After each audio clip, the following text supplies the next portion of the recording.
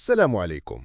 اليوم غادي نهضروا على الدعم ديال الدخول المدرسي للموسم الدراسي 2025-2026. هاد الدعم كتقدمه الحكومة بتوجيهات ملكية، والهدف ديالو هو التخفيف من مصاريف الدخول المدرسي على الأسر المغربية. المحور الأول، شنو هو هاد الدعم؟ الدعم كيستافدوا منه غير الأسر اللي عندها وليدات متمدرسين في الابتدائي أو الإعدادي أو الثانوي.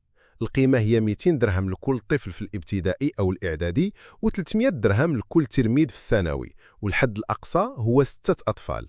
مثلا أسرة عندها 3 ديال الوليدات، واحد في الابتدائي، واحد في الإعدادي، وواحد في الثانوي، غادي يشدوا 700 درهم. إلا كانوا عندهم 6 ديال الدراري، 2 في الابتدائي، 2 في الإعدادي، و2 في الثانوي، يوصلوا حتى ل 1400 درهم. المحور الثاني، الشروط باش تستافد خاص. أولاً، الأسرة تكون مسجلة في السجل الاجتماعي الموحد. ثانياً، المؤشر الاجتماعي يكون أقل من 9.74. ثالثاً، الدعم الشهري ما يكونش متوقف. رابعاً، الوليدات يكونوا متمدرسين ومسجلين في مسار. وحتى اللي غادي يبدأوا التحضيري كيستافدوا، غير هما كيتصرف لهم في الدفعة الثانية. المحور الثالث، موعد صرف الدعم. الفئة الأولى، الأسر المقبولة وليداتها مسجلين، كيتخلصوا في الأسبوع الأول ديال شتنبر.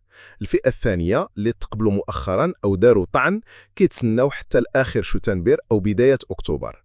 الفئة الثالثة، الأسر اللي عندها وليد جديد في التحضيري، حتى هو كيستافد، ولكن غير مع الدفعة الثانية آخر شتنبر أو بداية أكتوبر. الخلاصة، إلا كنت مسجل ومقبول في الدعم وليداتك كيقراو، راه غادي تستافد من منحة الدخول المدرسي، يا إما في الأسبوع الأول من شتنبر، يا إما مع الدفعة الثانية آخر شتنبر ولا بداية أكتوبر.